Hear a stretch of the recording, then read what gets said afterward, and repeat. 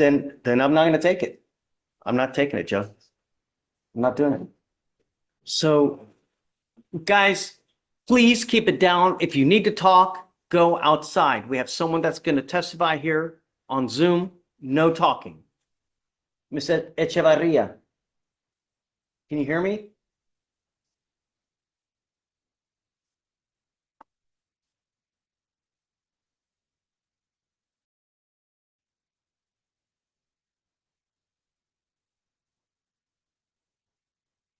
Ms. Echevarria.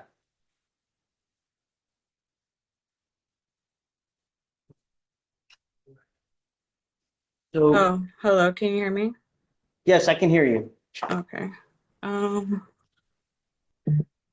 Okay, give me 1 second, ma'am. Give me 1 second. So Yeah. procedurally, with this case, Joe, he gets charged with a sexual assault upstairs, or he's on bond for a sexual assault, On bond. and then he picks up an indecent. No. Plea bargain down to a class A indecent assault. The felony court does not do misdemeanor probations, so we have to refile it as a misdemeanor. That's what the plea deal was, essentially. So it was a reduction to a misdemeanor, Correct. indecent assault, Correct. to a 2-year defer. Correct. Okay. So let's do ma'am, what I was going to do is do the plea first and then have you say something after the fact, if that's okay. Are you okay with that? Only if it's not allowed for me to speak first prior to the plea, then of course, yes, it's okay to speak If you want to afterwards. speak first, then you're welcome to. Is there Okay. something that you wanted to say? Well, I wanted to read my victim impact statement. Please do. You're welcome to do it. Okay, thank you. Okay, so I'm writing this statement to share how this experience has continued to affect me long after that night. There may be times where I actually need to take a moment to breathe, actually. Just wanted to go ahead and say that first. When I first submitted this statement, I was overwhelmed. I was still in emotional shock and unsure of what to say and how to say it. I've since come to understand the importance of expressing clearly, not just what happened, but how it impacted every part of my life. This event has completely changed me. I wake up with anxiety. I experience episodes of fear, confusion as to why I did not run, and constantly feel a loss of trust, not just in people, but in places I once felt safe and in myself. Every day I'm reminded of what I've lost. I lost peace of mind. I lost the ability to work without panic, the ease of everyday interactions. Every day I'm reminded of how I got taken advantage of and didn't react as I felt I would have in a moment like this. If this emotional toll has affected my professional life, my relationships, my physical well-being, I can't control my heart rates in these moments of panic. There are true anxiety, full-on panic attacks that I experience still to this day, 2 years later. At the time of my first statement, I didn't have access to important documents, which are records that might have helped me explain myself more clearly within these 2 years. Since then, I've started the process of requesting my full case file from multiple agencies, medical records, and forensic testing. I have not received those as of today just yet, but I know those documents all exist. It's been over 2 years, and this case has been reset multiple times. A new prosecutor was also assigned only days before this plea was suddenly brought to me.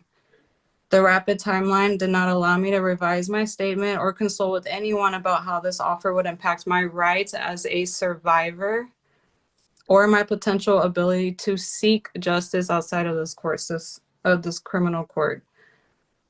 This statement is not about vengeance. It's about the truth. It's about my healing. It's about ensuring my voice is heard in a process that often feels designed to just move forward without it.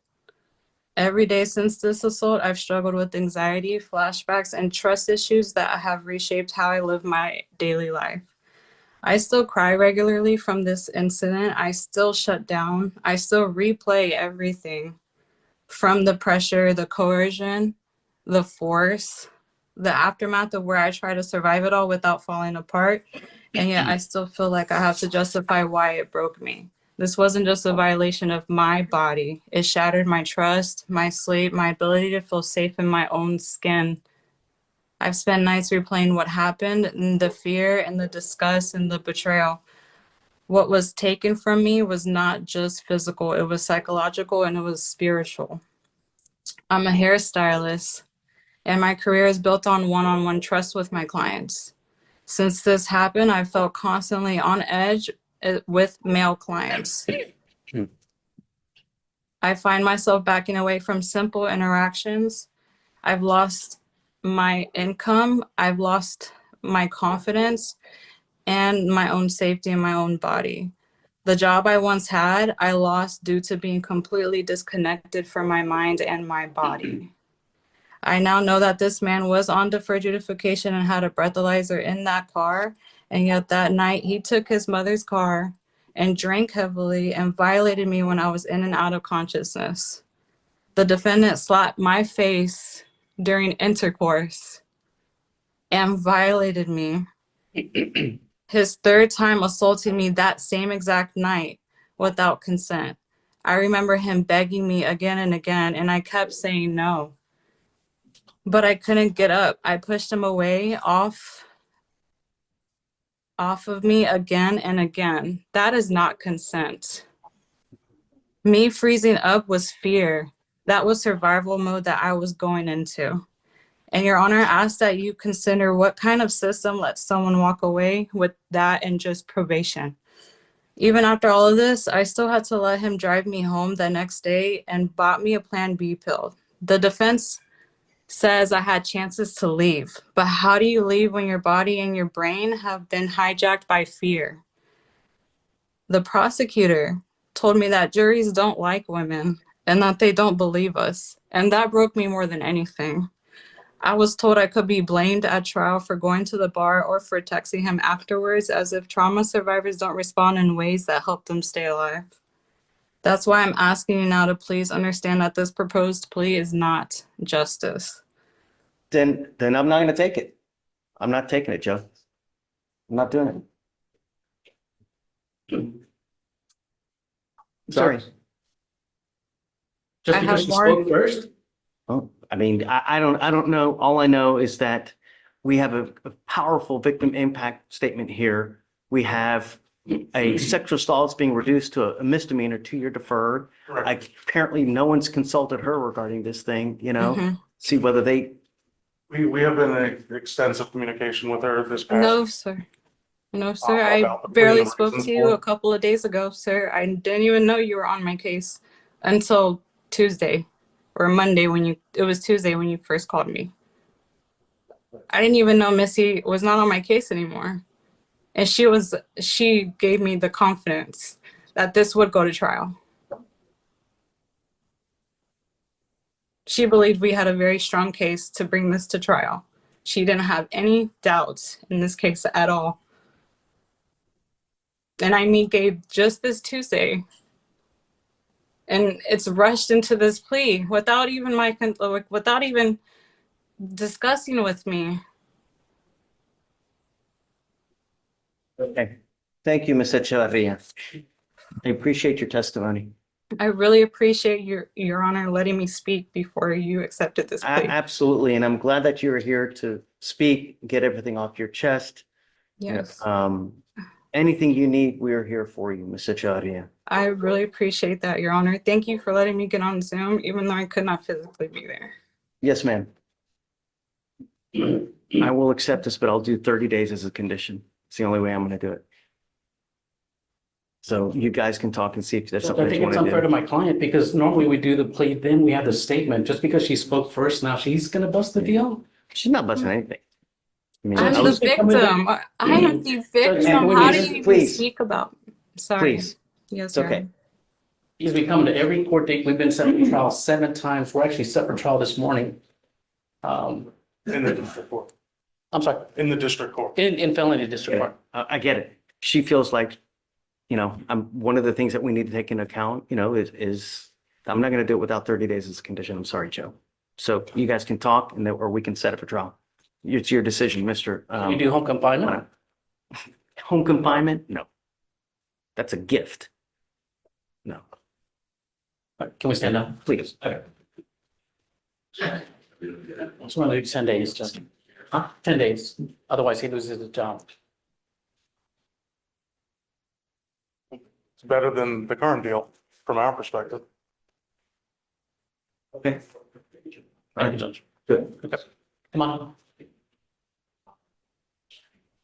And also, Judge, the complainant did not finish her impact statement, if she could be allowed to do that. Yeah. Let me do this first. We'll go through with it and then. So, Mr. Come on. Mr. Camano, I'm also putting on a protective order as of today. Mr. Camano, you're charged with indecent assault. You're facing up to a year in jail and or a $4,000 fine. The agreement that you have worked out is a 2-year deferred with thinking for a change, sexual boundaries course, 50 hours of community service, no contact with Ms. Echevarria, and 10 days as a condition in jail. Do you understand? Yes, Your Honor. Is this what you want to do? Yes, Your Honor. You are giving up the right to have a jury decide whether you're guilty or not. You're giving up the right to cross-examine any accusers, confront any witnesses. You give up the right to appeal. Once you accept this agreement, you can never get out of this. It will continue until you complete this agreement or if you violate it. If you violate it, I will issue a warrant for your arrest. I'm going to bring you back over here. We are going to have a hearing whether you violated this. And if you do, you're looking at an entire year in jail. Do you understand? Yes, Your Honor. If you're not a citizen, there are possible immigration consequences. You can be deported, excluded from the country, denied naturalization under federal law. He's a U.S. citizen, Judge. Okay.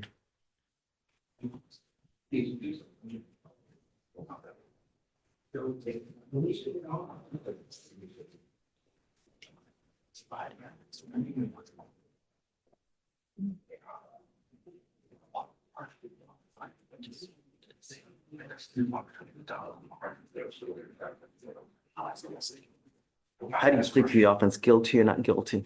Guilty. I'm not going to find you guilty. I'm going to withhold that for 2 years. You will be required to do the thinking for a change, sexual boundaries, 50 hours, community service, no contact with the complaining witness, no weapons, no drugs, alcohol, random testing. I want him tested in a week, please. If you're using, it's not going to go well. I'm going to tell you now, I'm going to test you like crazy. If I find that you're using, you're going to get a one-way ticket. Do you understand? Yes, Your Honor. Okay. Ms. Echevarria, did you want to say something else? Yes, I'd like to finish my statement, please. Okay, you may continue, ma'am. Shh. Okay. Sorry, let me get back. Okay. I was 2 years of okay.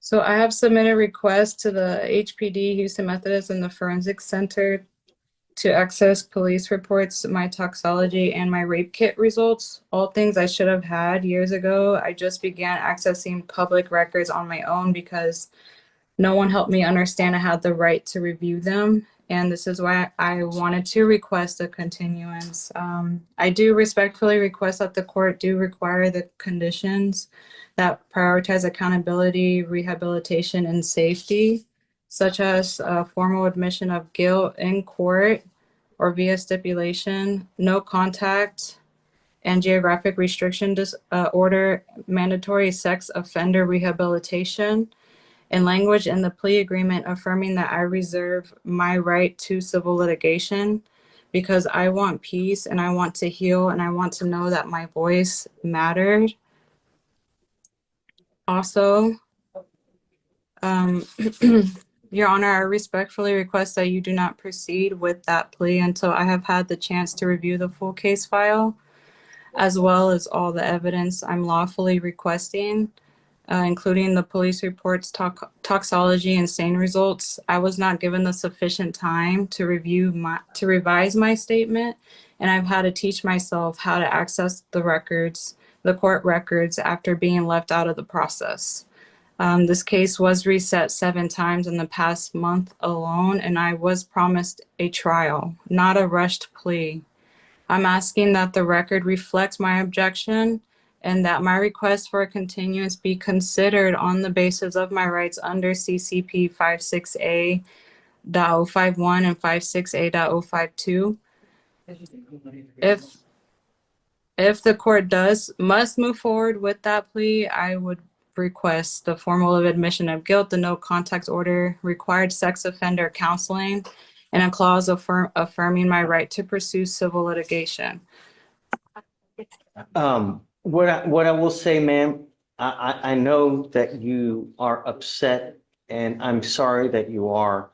I have no idea why it ended up here, but it is. The lawyers, I think, have been working for a while to try to resolve this. They've come up to an agreement. I did issue a protective order now so that there is one in place. Yes, no, thank you. So, and I've also ordered no weapons as well. So, Is there any way he can have the sex offender counseling? I feel like very much so. I don't have, that's not something that I have access to down here. That's only in the felony courts. So I don't get access to any of that stuff. What about the formal admission of guilt from the defendant? They have worked out an agreement where they're doing a deferred. So it's a deferred adjudication. That's something that you're going to have to get with the office about. I know that you have other avenues of recourse as well. I can't give you legal advice. The only thing that I would probably advise you is just go talk to a lawyer, you know? And so trial is not able to go No, forward. the case is done now. It's ended in a deferred adjudication just now, man. Okay, and he was previously on the jury adjudication, but what about, I still feel like I'm being silenced with everything that I've been saying. The only thing I could advise you is go back to the district attorney's office and just start, talking to people there. To the district attorney's office? Yes, ma'am. Judge, our first trial setting was March of last year.